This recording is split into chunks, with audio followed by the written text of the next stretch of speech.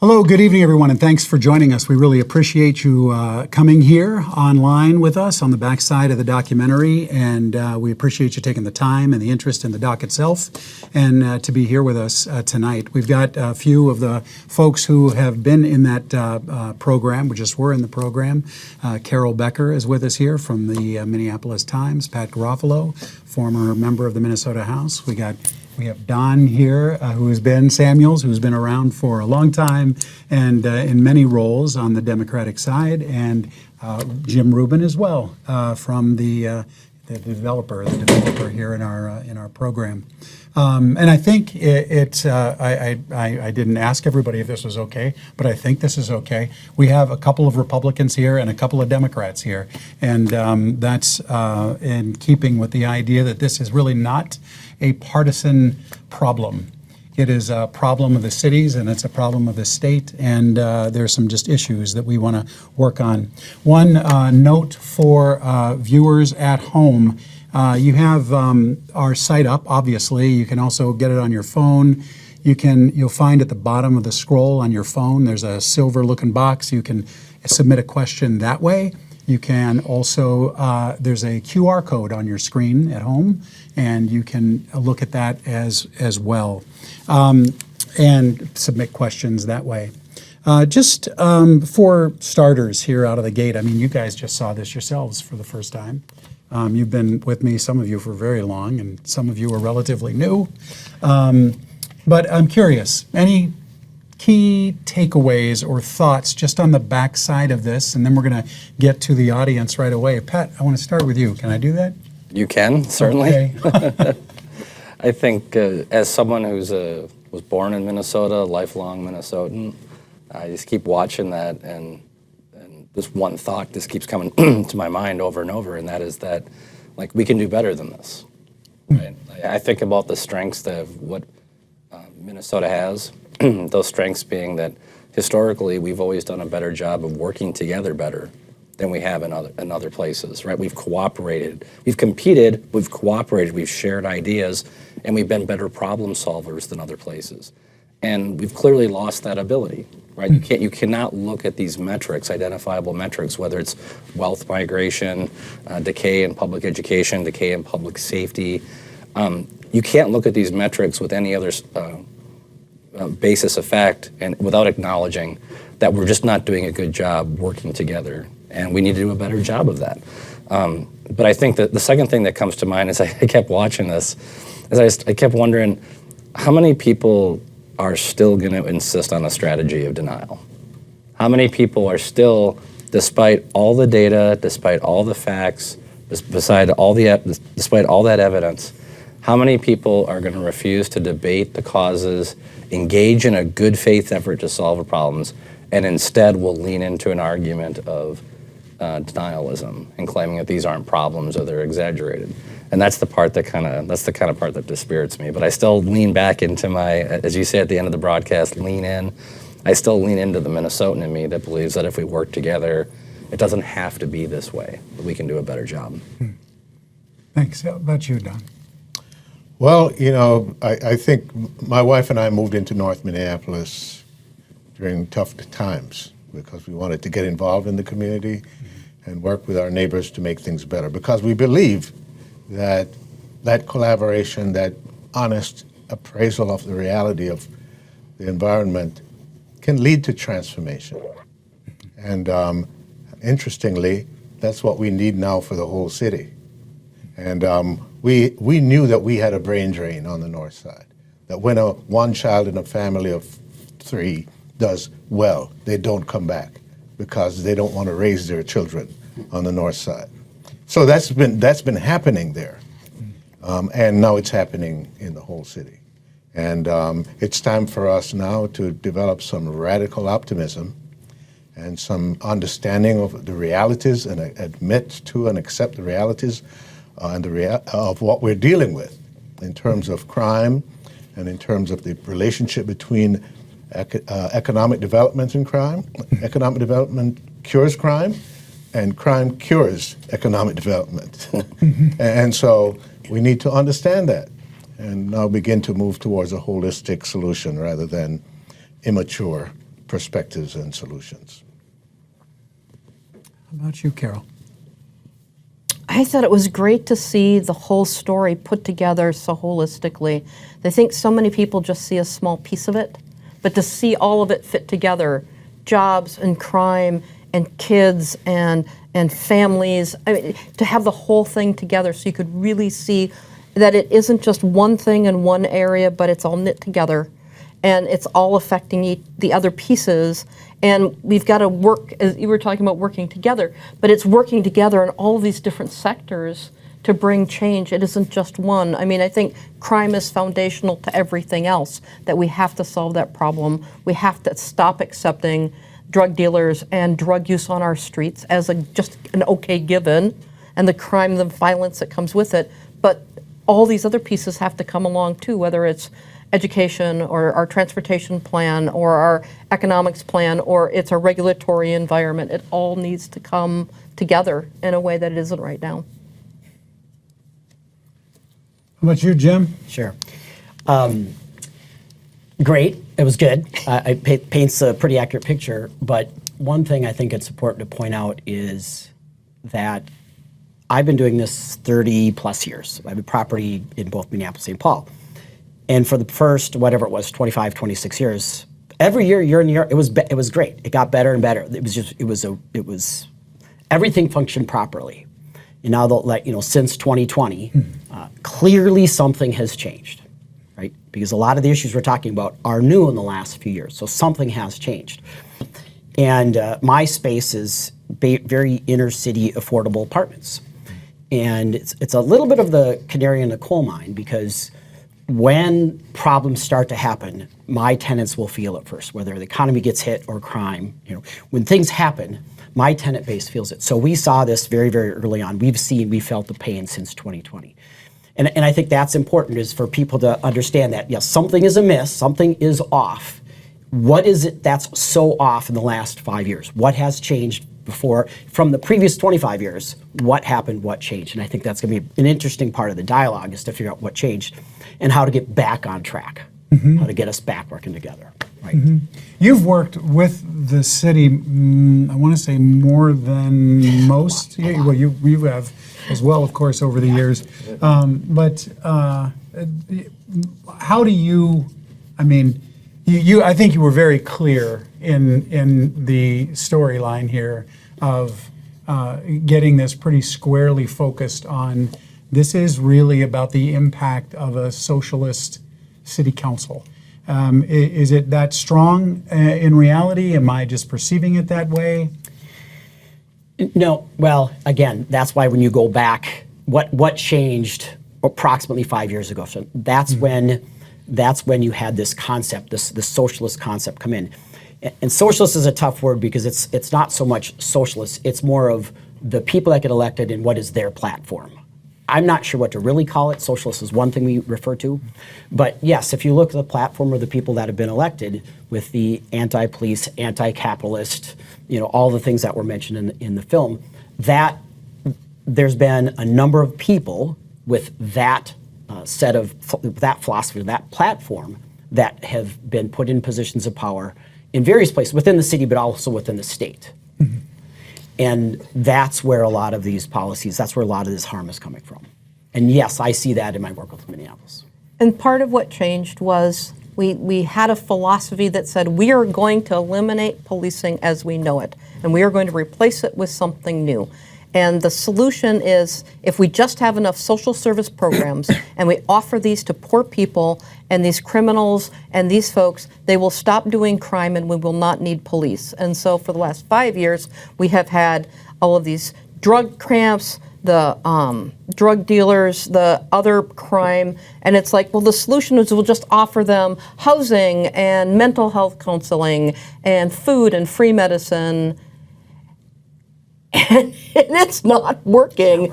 That if you're going to be a criminal, hey, I'll send you a mental health counselor, is not going to stop you from doing crime. If you are at end-stage drug addiction, hey, we'll give you a shelter bed, is not going to change your path with your addiction.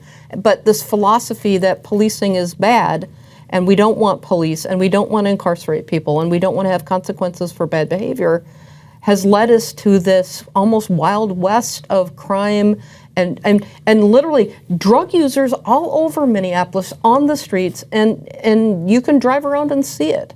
But it was that philosophy that seems to have then led us to all of these other problems: anti-business, anti-growth, anti-jobs, a transportation plan that makes it hard to get to jobs and businesses, et cetera, et cetera. And it was also proven by research that 70% of the African American community did not want to defund the police. Yes.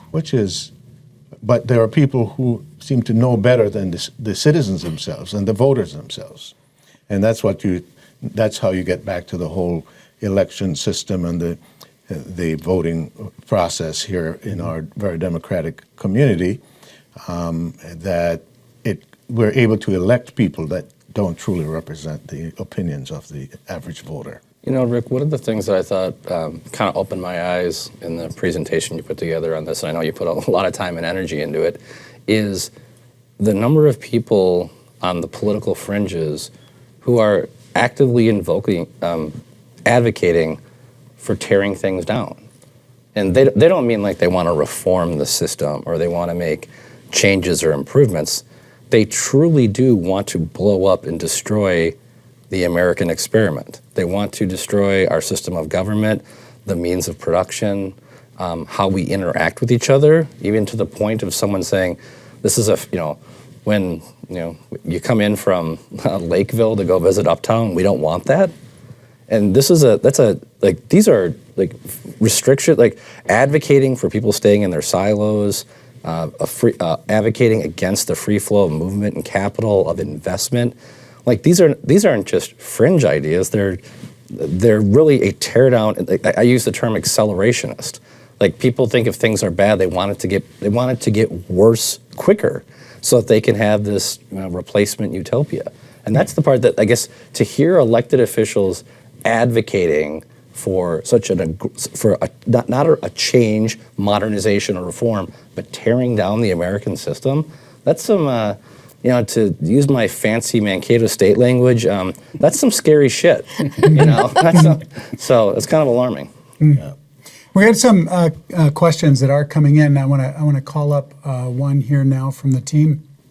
So this is a person. You can leave a first name if you like, or however you wish to do it. It's fine. This doesn't have a particular person referenced. That question and it's a statement and a question. I don't recognize our city anymore. It's scary thinking now it may get even worse.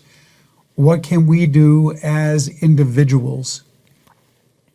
What can we do as individuals? Well, I can tell you one of the things that I always told my constituents: if you are leaving the North Side because you're not safe or because there's some other deficiency on the part of the city, do not go quietly. You owe it to us as a citizen to find whatever medium you can to express why you are leaving. And so that it's the best contribution you can make. And in fact, at one point we had a bus tour where we had people come back from the suburbs and stand at the place where they were assaulted that led to them leaving the city. And then the bus tour of the city council would stop there and listen to them. If the leadership hears from the residents about the reality of your experience and why you are leaving, why you're so distressed, that is what is going to change the minds and hearts of leadership.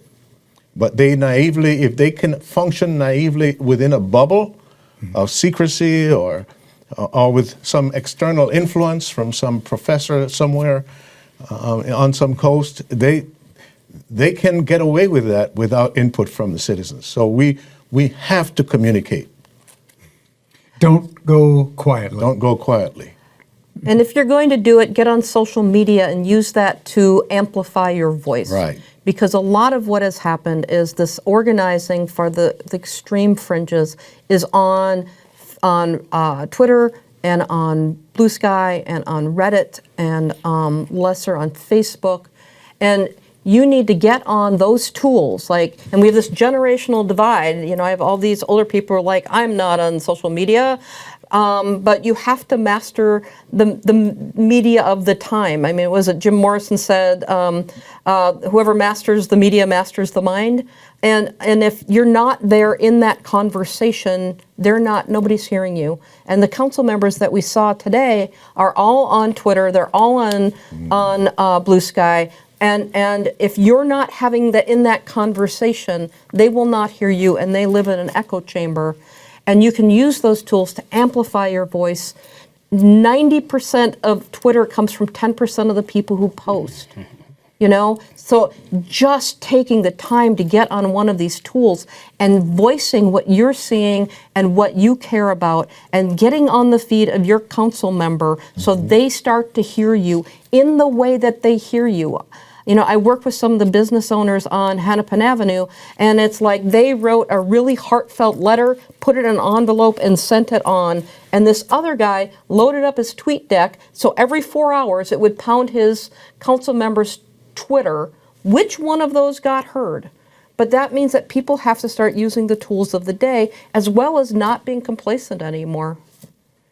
You can't just expect government to represent you because they're not hearing from you. Absolutely. I'm going to say two things. Be heard, right? Voice, whether be heard. School board, state officials, city officials, be heard. And the second thing is obviously do research and pay attention to elections. A city election in 1 month, and a statewide election in 13 months. So there's a lot of important elections coming up. And I had a question for you actually, is will you make available on your website, you had some pictures of who the city council members were and how they voted. Is that going to be available to the public to see as part of their research on who to vote for? Yeah. You'll make that available so people can see that? Yeah, it is. It will be. The doc itself is there, and they can scroll through and take notes on anything they want at any time. It's going to be there.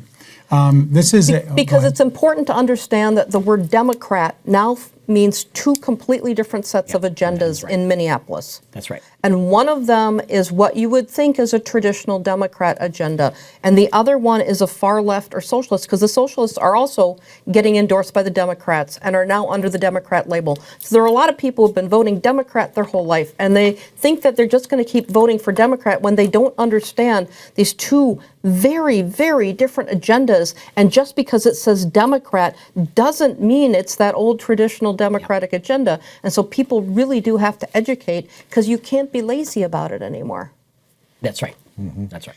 Yeah, and they don't have to declare clearly, and based on the research that you saw here. Right. I mean, there were some that were standard, I'd say, mainstream Dems that voted with DSA more than most of the DSA was voting with the DSA. Elliot Payne, the city council president, who is not endorsed, he did not ask for the DSA endorsement, votes more DSA than some of the DSA endorsed candidates. Most of them. Yeah. Yeah. Yeah, but he didn't ask for the label, and so people, it's not easy to just say, oh, they're a Democrat, I'm a Democrat, everything's fine. I mean, he really votes like a socialist. Very, very, I mean, that's the voting record, but is he identified like that? Unless you do your work, you won't know. I think an important thing that everyone can do is recognize this, that whether it's Republican or Democrat, conservative or progressive, there are record numbers of crazy people getting involved in politics, okay? And so what's the solution for that? Well, the solution is you want divided government. You want forced consensus building. You want pragmatism, reasonableness. Many of the criticisms you could use about a all Republican representative government in the state of Texas or at the federal level, you could make those criticisms about an all Democratic party government when they have total control. So when you can vote for pragmatism and reasonableness and you can have divided government, sure, it sometimes gets messy, but at the end of the day, that forces cooperation and consensus, which if you look at how we used to run things in the state, that's what our strength used to be, is we used to cooperate and work together well. And so the voters have a responsibility to sort of force legislators, to force elected officials into that place where they have to cooperate and work with each other. I'm going to try to do something here. So we're a little over, we're at about a third of the time, kind of between a quarter and a third. And I want to see how many of these we can get done, right? As we go forward. So the next question up here is, it's interesting that St. Paul was not mentioned. Is that because you don't think there's any real difference between the cities? No, that it has to go to me pretty much. Or do you want to answer that for me? No, I'm kidding. I could answer a little bit. You could answer a little bit. I would tell you that one thing, we recognize this seriously over-indexed for Minneapolis, and we got in it and we kept running. I think the biggest showing of St. Paul was related to the Capitol, and that's not right. And we are working on an individual story. There will be individual stories coming on the heels of that, and that's one of the first three out of the gate. Did you want to add something to that? No, I mean, I have properties in St. Paul, so when you do the next piece, I can help. Okay. Oh, okay. Very good. I gotcha. Okay. What do we got next, guys? Next question. Well, while we're waiting for the next question, there you go. Yeah, those. So I see they're cutting and pasting in real time here. Okay.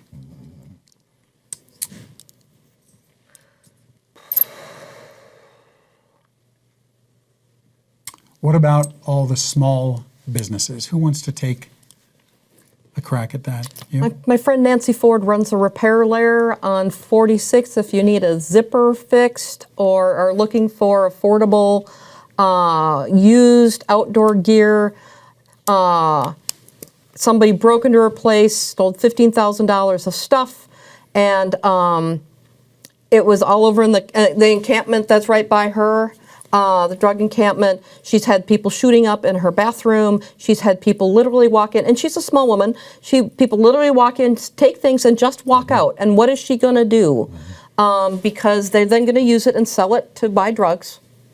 And she's now at the point of saying, I don't know if I can stay in the city. I just can't financially make it work between people stealing all the time and people not coming here anymore. And so we're seeing this decline in businesses throughout the city. I was just looking at numbers on employment from 2019 to 2025 in hospitality, and food is down 20% in Minneapolis. I mean, that's what this looks like as the businesses are leaving. And it's not one or two, it's everywhere, and it's everywhere we see these drug camps. Everywhere we see this drug camp, the city starts to die, businesses are leaving, and especially small businesses that don't have a ton of money. But big businesses do leave. But yeah, and when it's important when there are these cost inputs. We talk about small business cost inputs. So when you mandate that a business do something, whether it's on the wage side, the benefit side, sick leave, paid time, any of those costs, if you are a large multinational corporation, you shake that off like a bad case of fleas, right? You just take that cost, you spread it out over your multi-$100 billion international footprint. If you're someone like Walmart, you don't really lose any sleep over that. And if it does bother you, then you just kind of put the screws to your producers, people who give you a product. Now, compare that with your small independent grocer or your small independent business.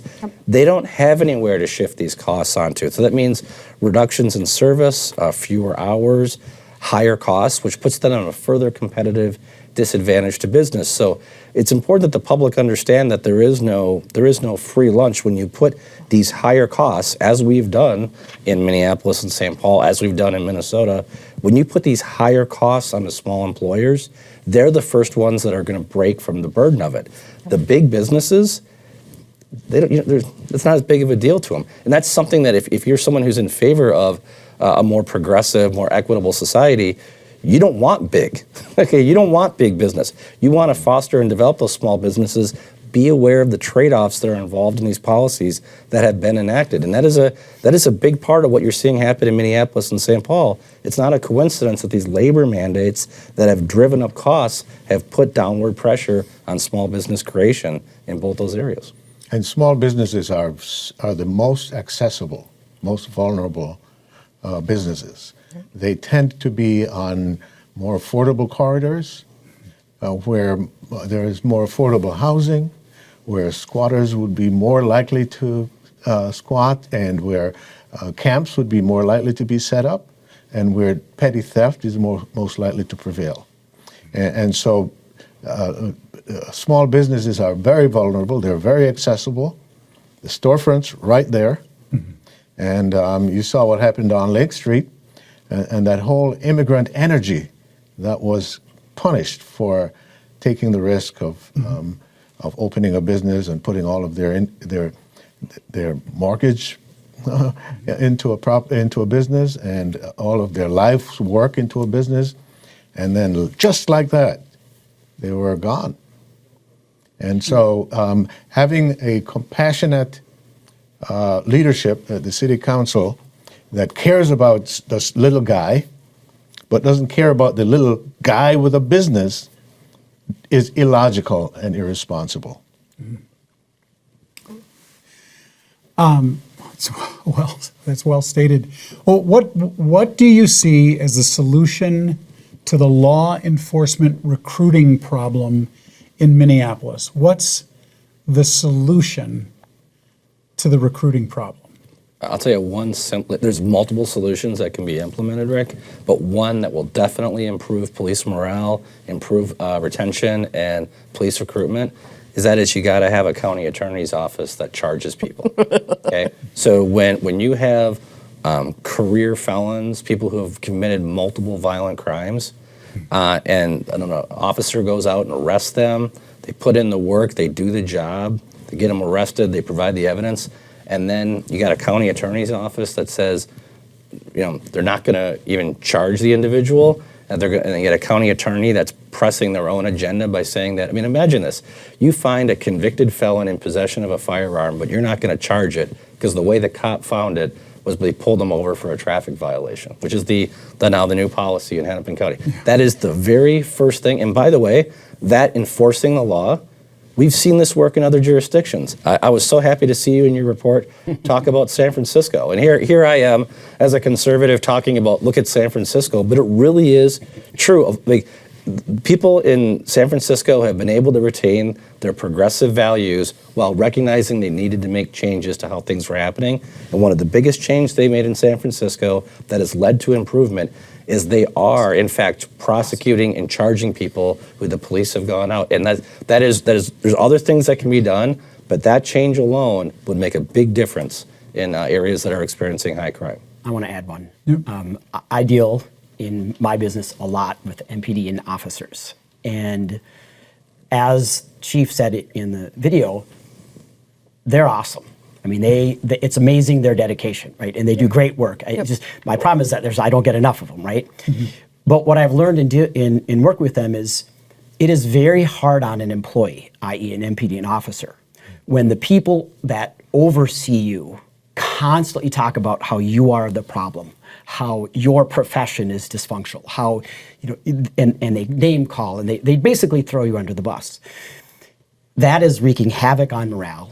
People don't stay around as long. It's harder to recruit. I mean, I'd heard somebody say that every time, one of the socialists opens their mouth and talks about MPD, it gets harder to recruit. So to me, a big step is getting leadership that says, you know what, police are an important piece of our society. They are valued public servants. We really appreciate what they do, and we're going to give them the tools and the support they need to do their job. I think that leadership support of MPD would go a long way in helping the numbers drop. And by leadership support, you say, is what they need. Yeah, local. Define that. Yeah, well, local, right? I mean, so it's the city council, it's the mayor, even into the state level, into the governor's level, right? Just more political leadership saying, you know what, let's stop throwing MPD, let's stop throwing police, the profession, under the bus, and let's start treating them as the public servants that they are. Mm-hmm. And there's a retention issue also. The recruitment is one thing, but the retention is another. And it's been proven that after political or civic unrest, that law enforcement develops a more self-protecting, a more united, us and them kind of dynamic, because now the attack is coming from the outside, so we have to close ranks, and we have to protect and defend ourselves, which is exactly the opposite of what you want. That's right. So when you're attacking law enforcement, you're actually creating a more alienated force. And then that force focuses on protecting itself, not the citizens. Yep. So you're actually destroying what you're claiming to create. That's a good point. I was just going to say the city council needs to stop trashing the police. You said it in many more words, but until the city council changes its attitude and understands how desperately we need policing in the city, we're not going to get more cops. But don't you think this goes beyond just the city, though? Don't you think that that's an attitude that is a problem among a larger fringe group of characters in the state of Minnesota? And certainly, you can make the argument that it's concentrated in the big cities, but we see these ideas carrying some weight up at the Capitol, Yes. at the state Capitol, Yes. and it ain't just Yes. Yes. those individuals from there. So I think it's important for people who are watching this to think that this is, if their takeaway from this is just a Minneapolis or just a St. No, Paul problem, no. this is a nationwide. Yes, and it's particularly in the state of Minnesota, it seems to be more concentrated. And a lot of it is being spread through social media, where activists day after day after day are punching these messages out, and there's nobody on the other side saying, no, we really need police and we can't have crime, and there's one-sided conversations that are then driving people. And you're right, it's becoming more and more statewide. It's not Minneapolis anymore. And it's important to remember that George Floyd shouldn't have died. Philando Castile shouldn't have died. Yep. No, all of these young people shouldn't have died. And we also need police. Yep. So we need to fix the causes of those untimely and unfair deaths, while at the same time teaching the police how to be different. And the simplistic solution of or a reaction or overreaction of somebody made a mistake, let's get rid of them altogether, it leads to revolutions that become what they hate. And it just, and in fact, if you really look at how the city council has been running, they would love to be a dictatorship. And yet, that's what they hate. Yeah. And so, we become what we hate. Was anybody else surprised by, am I wrong with this understanding? So we know Hennepin County has been augmenting MPD. Is anybody else augmenting MPD? Not that I know of, no. Is anybody surprised by that? One of the things I've been looking for, and this has happened under other, state administrations, where they augment police when in need. And I don't think it's happened, but for Hennepin County getting in there, which is a blessing. We've done ride-alongs with them, any thoughts on that? Well, they also get some help from the state troopers. Not really, no. Not really? No, they're not really getting that, not much. And they're not getting that much from the sheriff either. They're getting some. But, we just have this dearth of police. We need 1,200, and we've got 600, and the thank God for the sheriff, but that assumes a philosophy that we want police and policing. And part of the really fundamental problem is we have so many activists who are like, well, we don't need police.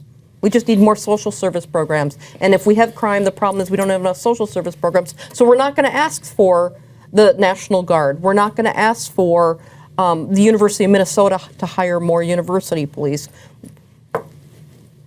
We're in a real social experiment of what defunding the police looks like, and it's not pretty. It's really not pretty. I did, because of 19th and Nicollet, reach out a couple times online to the governor's office. I'm like, can you please help? We're dying here. Yeah. Nothing. Nothing. Well, this is why you don't want to politicize public safety, right? So Yeah. you have a political system that's highly polarized right now. Right. And the problem that both parties have right now, Democrats and Republicans, is in order to win an election, they need the crazy people on their side to vote for them. Yeah. And so they really are the majority makers. So something that would be very common to provide state resources to provide a surge of law enforcement in a community, a very common strategy that's been used, now becomes partisan, because while it may work, this is seen as antagonizing to the extreme elements of the progressive base. And and again, this is why you don't want public safety to be a partisan issue. Someday we need to move towards mandatory voting, so we move back to the middle. Mandatory but- voting. See, it's always more government, isn't it? No, we just want everyone to participate. I want to see if we can pull up another question on the board here. Is that possible? Could we pull up one other question? I know we've got a lot Did you in get queue. feedback?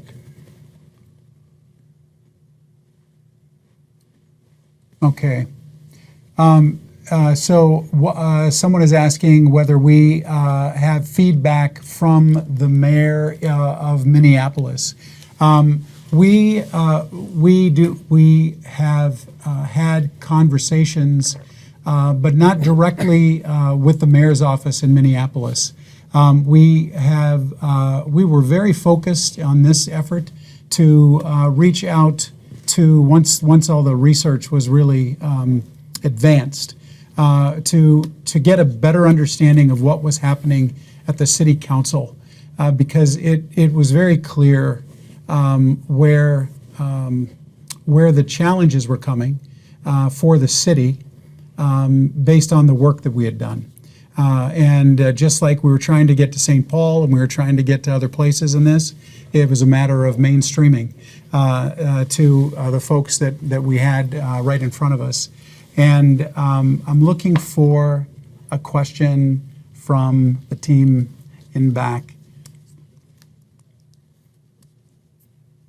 The only thing I'll just add while you're waiting for another question is I talk with the mayor all the time because of the issues I've had and because of how I'm a large provider of affordable housing. The biggest issue the city's facing is safety and security. That's the one thing he's always been on the right side on. So that's helpful. Right? He's helpful. He's kind of fought against some of the crazier stuff. So my experience with the current mayor is on the largest issue, he's on the right side of the issue. Yep. And he has been helpful. So. And I want to make sure we don't. We might have another question here, so I'll stop and let you read the next question. Okay. How soon will we be at the level of Detroit with so many businesses closing? This person is saying that they worked downtown in the late 80s, and Minneapolis is such a ghost town today. How soon will we be at the level of Detroit? I mean, Detroit is frankly doing better. I was going to say, Detroit has been bringing in a lot of new corporations. If you haven't been into downtown Detroit, they are actively recruiting what they call cheetahs, which are businesses that are set to grow quickly. One of the things that you heard in this piece is that there are other cities that are providing incentives and subsidies and tax rebates to bring businesses in. And Detroit specifically has a strategy of bringing in what they call cheetahs, which are fast-growing companies that are, maybe they're small now, but they have the ability to explode. They've got a part of downtown set aside where they're bringing them in. They actively recruit those businesses to Detroit. And Detroit is actually growing in its downtown with that strategy. At the same time, Minneapolis really is a story of two downtowns. We have the North Loop, which is great, but it's full of housing, and that's why it's doing well. And then we have other parts that used to be all office workers that are door-nail dead. And so we have no business recruitment strategy, unlike Detroit that actually does have this strategy. And then we have no strategy to expand out the part that is working into the parts that aren't working. How do we take the things that are working in the North Loop, especially housing, and then the things that go along when you expand the housing? How can we make the North Loop bigger into those spaces that aren't working? Because we're not going to see those office workers coming back. Talk to anybody who's working at home, they're like, I'm not going back, maybe one day a week. So how do we then transform? But we're not doing either one of those things. I want to just add a little bit, because I said it in the film, which is we can't do another 4 years of this, right? And I said, so with the election now in November, it's overstated all the time, but it is a very important election for the city of Minneapolis. It is very, very important. We have to turn this around, and I believe it can be turned around, because again, there's a lot of great things about the city of Minneapolis that aren't going anywhere, like lakes and parks and what great restaurants, whatever. That's all still there. I do believe if we get good leadership, we will turn around and start recovering. But if we have 4 more years of anti-police, anti-business, anti-capitalist, right, anti-landlord, anti-business, then we will be hurting. That's coming from you. Then we'll be hurting. Yeah, That's one of those Minnesota, I'm understating it, kind of, we will be hurting. Yeah. Well, one thing's for sure, if Detroit can turn around, We can Minneapolis and Minnesota can turn around. Absolutely. If we choose the right policies. Exactly. And right now, we're not, like Yep. you just said. But even Detroit has been able to do it. Yeah. Yes, on that payroll employment metric, Baltimore, we've been tied with them much of the time that we've been working on this. Tied with them on payroll employment.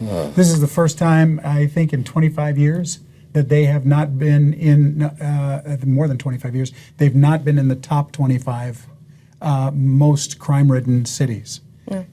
Baltimore, not. Okay. I'm going to ask for another question and ask the group if they'd consider putting up multiple questions at a time so we can get more done here in the last part of our hour. Next question or questions. Okay, we need new leaders. How do we do that? Okay. I know that it's a painful experience and it's screwed up. This caucus system that we have, it rewards those people who have the most passion and the most free time, which is not exactly the subset you want, the skill set you want in a voter is they got tons of free time. But until that process is changed, it's really important that whether you're center right or conservative, whether you're center left or progressive, you need to go to your caucuses next year and participate in that process, because the people with free time, the people who dominate political extremism, they are going to show up. Who has the interest in caucus systems? Right now, it's dominated by people, again, with lots of free time, who have very narrow, passionate systems. And they have supersized influence in the process in both the Republican and Democratic side. You highlighted earlier, we saw what was happening in Minneapolis, but look at on the Republican side. I mean, last election, the Republicans nominated for the U.S. Senate a guy who was delinquent on his child support payments, had used campaign account dollars at a strip bar, and had been using it as an expense account. And Republicans nominated this guy for the U.S. Senate. Now, hopefully they don't make that mistake again. I say that as a conservative. But this process right now is dominated by people with free time who are extremists. In order to fix that process, either we need to have elected officials replace the caucus system with a primary system, Yes. or we need to have more people participating in the caucus system. But either way, the current system is broken, and I don't think you're going to see much of a debate from people about that. Who is so invested in not a primary? I mean, who is most invested in not going that road? The people who benefit. The people who are currently in power. Yeah. Who benefited. Who got in power because of the system that is there today. Yes. And we saw that, for example, in the DFL convention this last year, where they were trying to make some changes in this, and it was a couple of really powerful unions, a couple of really powerful activist groups that shut down the whole conversation about making change in the caucusing process in Minnesota. And I said in this, and I'll say it again, in Minneapolis, the caucus system is completely broken to the point where whatever comes out of it, you cannot trust, and it's fraudulent. And I can say that I've got the receipts. But until we, I'm the data geek, if you want to make an impact today, we have an election in November. We've got like a month and a little bit more here to get people out to vote.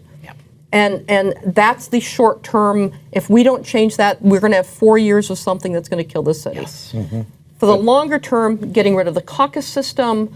I wasn't kidding about the getting more people out to vote with mandatory voting, which does work in other places. The idea of people have to get more involved in their political system.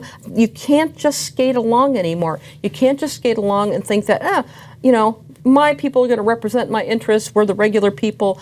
We have in Minneapolis a lot of the time tyranny of the minority, not the representation of the majority. That's how you get somebody who votes to close I-94 when 95% of your travel is by automobile.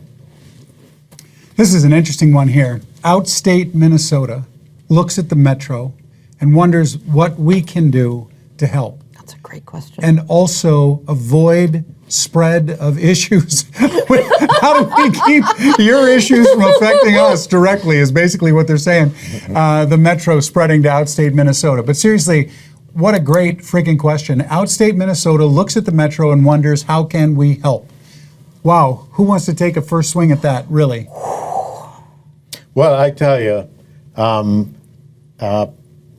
just understand that there are still wonderful things happening in the Twin Cities, and really get a realistic understanding of the level of safety and the opportunities for safe entertainment in the cities, and remember that if the Twin Cities die, the state dies, and so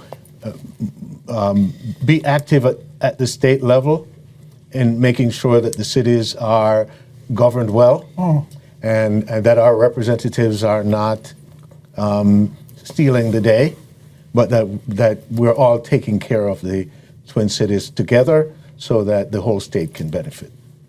I was going to say the same thing.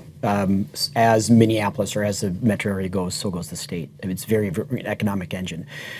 And so, yes, even though you're outstate, you can talk to your representative, you can talk to people at the state level that represent you, saying, pay attention to what's happening in the Twin Cities, help the Twin Cities. Yes, right? Don't let it go down the tubes.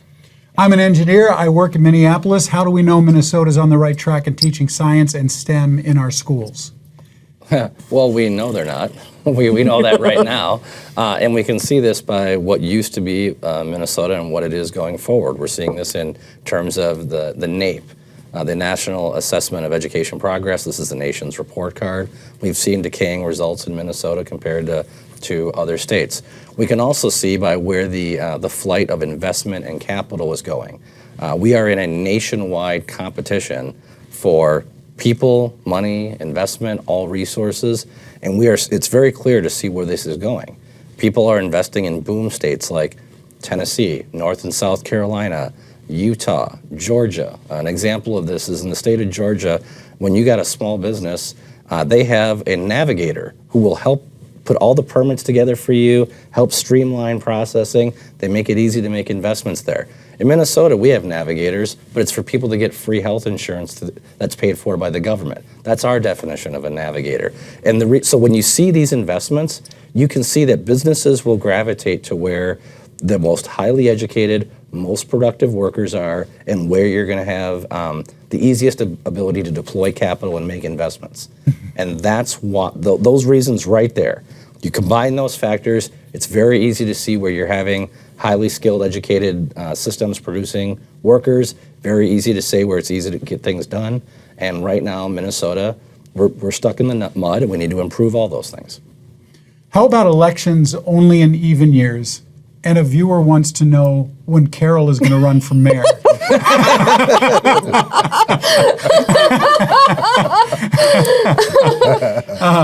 So let's take the first one first. How about elections only in even years? How about elections only in even years? Great idea. Yep. Great idea. We need to You'd turn have more out people. voters. Yeah, you'd have more Yeah. voter turnout. Yeah. It should help. Because we had a voter turnout of 31%. That's what got our socialist city council elected.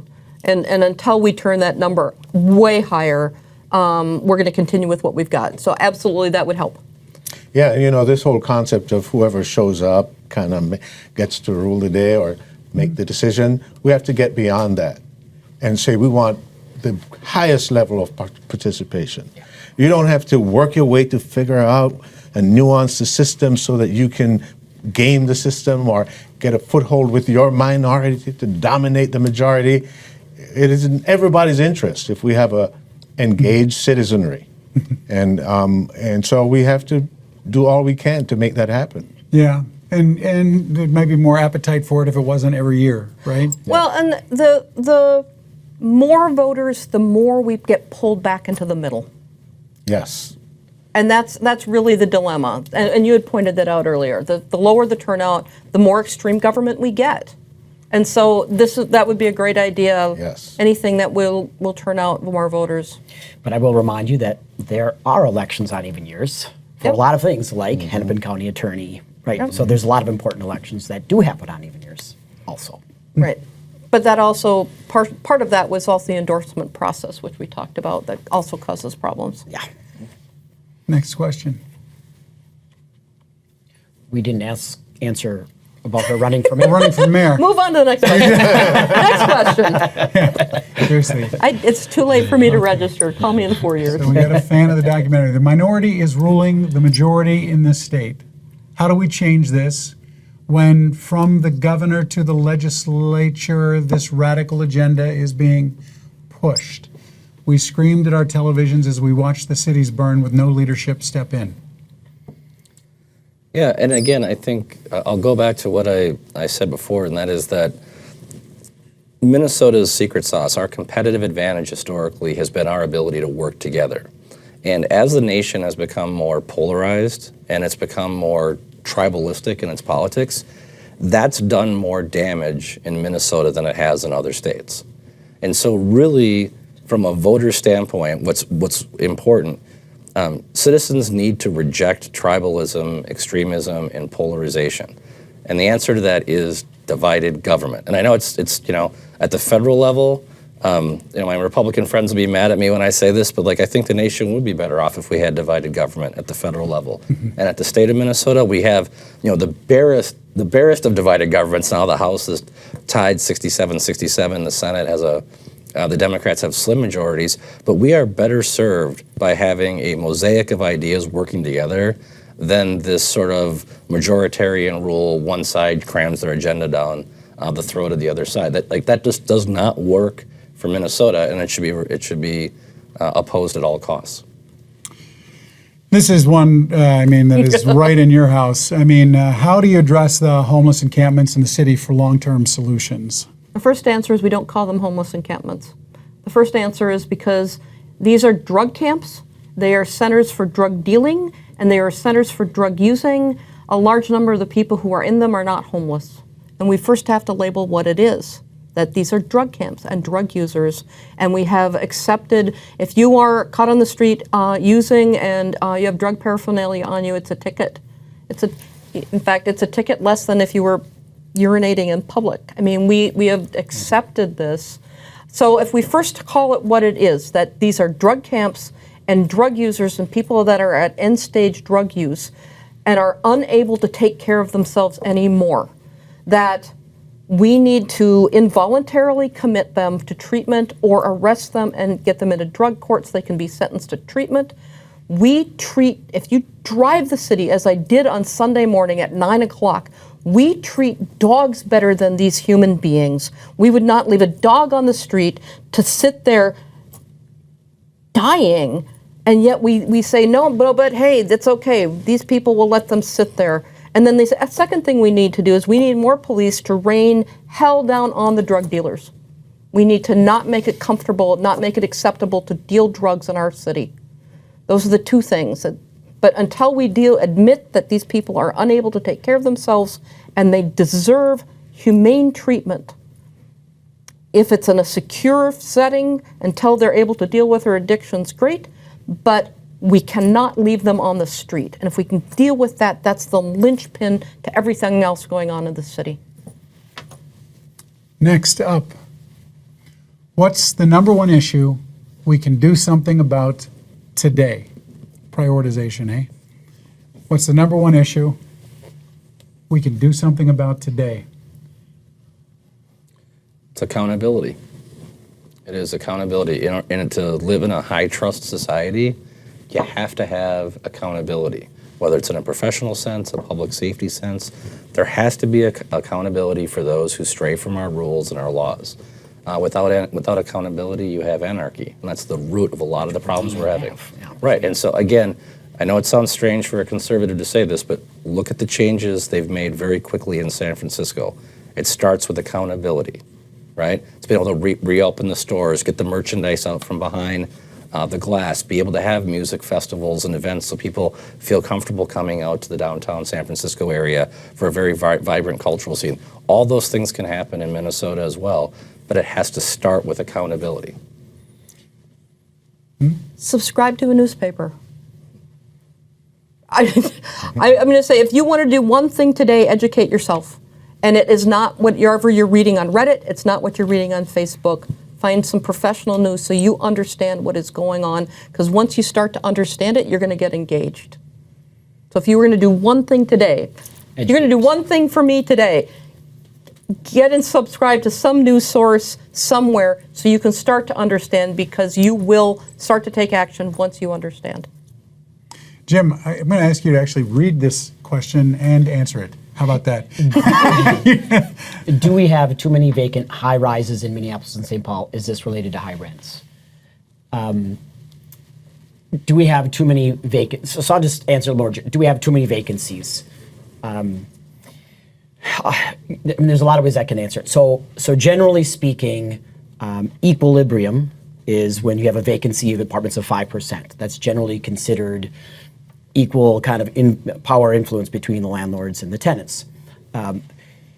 In Minneapolis, St. Paul, recently we've been running quite a bit above that. All right, so which would say the vacancy is too high. When a vacancy gets higher, then we have to lower rents. You don't make as much revenue. You can't take care of your properties. If the vacancy goes too low, then that's when you have rents start spiking too fast and people get in trouble. So again, to answer it, the vacancy rate around 5% would be ideal, and we are higher than that. Mm-hmm. We are higher than that. And the second part of the question. Do you know how high, roughly? Would you hazard a guess? It obviously fluctuates constantly. The latest numbers I've seen would be in that 7 to 8%. Mm-hmm. It doesn't sound like a lot, but it is. When you're in a low margin business, a few percent vacancy makes a big difference. Mm-hmm. And then the second part of the question didn't make sense. Do we have vacancies because the rent's too high? Well, no, because when vacancies go too high, you actually lower your rents until you start filling them. And so the main reason we have vacancies, particularly in Minneapolis, that we've already been talking about, is because people don't want to live there. I've had this conversation with people running for the city council. How do we build more apartments? We'll make the neighborhoods places where people want to live. And as they fill up, developers will see, oh, there's a demand here. I need to figure out how to build more units. So make the city a place where people want to live. Number one issue is crime, absolutely. But there are other things. Getting more small businesses, right? Doing all the things to make a great city. That's what will make a vibrant. So so much of the most holy smoke stuff we've been dealing with, from a violence perspective in this hour, was 19th and Nicollet. You have, I don't know, how many units do you have there? So 19th and Nicollet is just a few blocks off the downtown. It's kind of in the heart of where I've built a business. Mm-hmm. And so within a few blocks in either direction, it's most of my properties. And yes, it is still bad. I was talking before that we started the show that I've done everything I can possibly do. I've talked to everybody, the mayor, every city council person, everybody in the police department. And I finally, one of the last meetings I had was with Chief O'Hare about the issue, and introduced myself, explained the issue, and he looked at me and he said, really, I feel very bad for you, and I know what you're talking about, but we don't have the ability to fix this problem. I can't help you, Jim. And that's where we're at, is the city, because of the issues in the kind of the anti-police movement, has now gotten themselves where they cannot solve that problem. It is an open-air drug market with gangs who sit there every day, all day. Anybody listening can go there. You can see 19th and Nicollet, go east on 19th. It will blow your mind. You've seen it, obviously. Mm-hmm. And the city is unable to fix that problem. That is the position we're in. Wow. One suggestion I would have is to get your council member's phone number. Yeah. Everybody should have their council member's phone number. You hear a gunshot, that phone should ring the next minute. And there just needs to be more interaction with leadership so that they have a real palpable, their nerve endings are connected to every voter. And when the voter feels the pain, they feel the pain. That's how we make change. Mm-hmm. Yeah. We have 1 minute left here. And what we're going to do with that is we're going to recognize that we have something on the order. Well, we've gotten through, I don't know, it's not a lot of questions. We've gotten through several questions, but there are hundreds and hundreds of questions, something north of 600 that were reported to me about 20 minutes ago.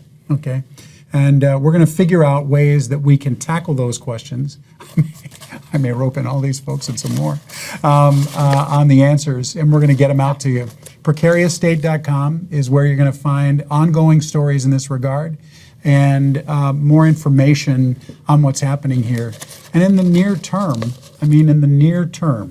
you think near term, this quarter in front of us, what's the number one thing people could do, Jim? Oh, it's easy. There's an election in Minneapolis in 30 days. That's vote. Pay attention to what you've provided here. Make an intelligent decision. Get your buddies out to vote. Get your family out to vote. Get everybody get out and vote. More voters engaged, voting moderates, will make a difference immediately. That is our hour, folks. Thank you very much for joining us. I appreciate all of the outreach online and in social, and keep it coming. And we're going to get back to you on this. And as for what's next, we're being asked here at the end. We're looking at a lot of options for what's next right now, but there's certainly a lot more to be done here. Appreciate you taking the time. Thank you. And thank you. Thank you. Thank you. Guys, absolutely.